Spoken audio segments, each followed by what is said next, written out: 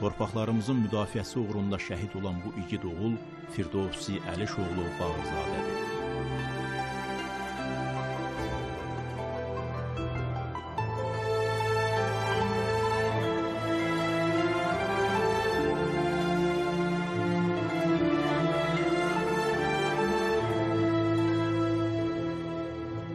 Firdovsi 1996-cı il sentyabrın 1-də Yardımlı rayonunun Bərcan kəndində dünyaya göz açıb.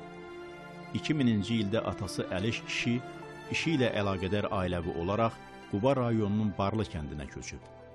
Bir müddətdən sonra ata xəstələndiyi üçün ailə yenidən doğma kəndlərinə qayıdır və Firdovsi həmin kəndin tam orta məktəbində təhsil alır.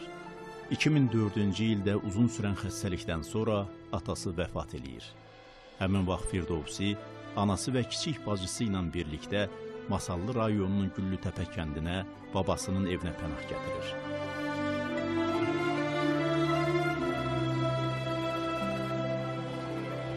Uşaqlar körpədir, yine mən işləməliyəm. Onda buradan o qədər işə gedən olmurdu, amma Pirişivdə kartof, çiyələk əkilirdi. O vaxtlar o qədər çiyələk yox idi, kartof əkilmirdi. Getdi, kiraya tutdu, qaldı o kirayalardan. Elə uşaqlar. Bir də qardaşımın balası məndən qalırdı ki, körpüydü, ancaq bu uşaqlardan hayal olsun da biraz. İşlədim, oğlan da 7 yaşa keçəndən sonra 8 yaşın içindeydi, bacısının da 6 yaşda. Tək dana aparırdı, bacısını məktəbə gətirirdi, bir işi də məktəbə gedirdi. Amansız fələk burada da onları rahat buraxmır.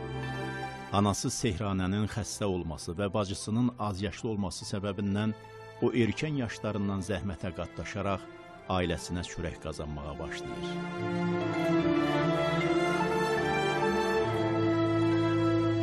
Uşaqlığımda mənim çox zəhmətkeş uşaq idi. Dayı təhsilini çox yaxşı oxumuşdu. Çox yaxşı, yüksək qiymətlərlə oxumuşdu.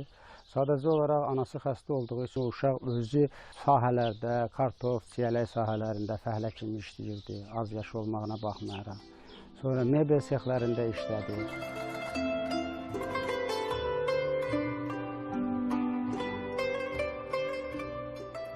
Daha hərbi xidmətə gedən gününə qədər işlədi. Daha hətta bir epizod da var idi ki, onu biz çox sonra bildik ki, onların qışda odun almağa imkanı olmamışdı. O uşaq öz zəhmətindən qazandığı velosipedini satıb evə odun almışdı.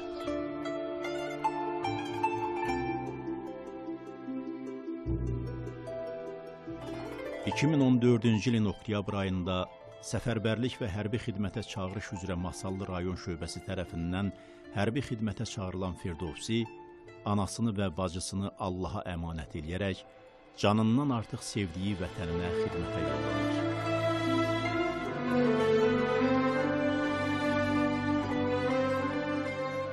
Xidmət müddətində yüksək döyüş hazırlığına, vətənpərvərliyinə görə manqa komandiri təyin olunur.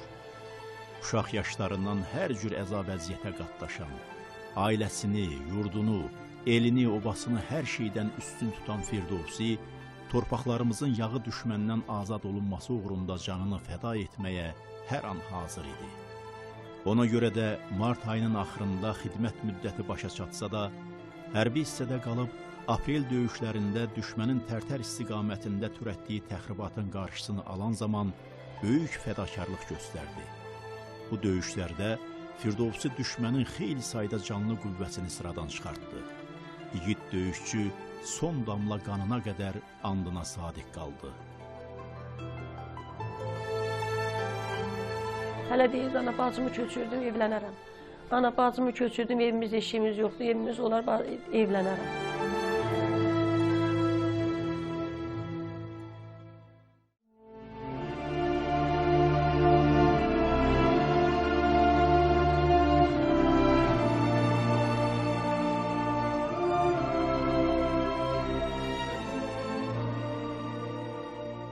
Vətən qorumaq lazımdır.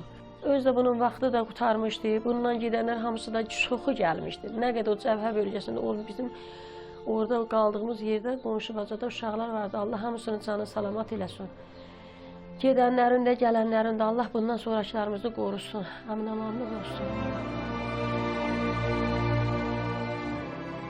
Sağ olsun rayon rəhbərliyi çox yüksək qayğı göstərib. Biz öz həyətimizdən ata həyətində onun üçün yer ayırdıq, torpaq sahəsi ayırdıq. Xeyirxah insanlar da sağ olsunlar, xeyriyyətçilər. O ev tikirlər. Hal-hazırda gördüyünüz tikilən ev şəhidin anası üçün tikilir.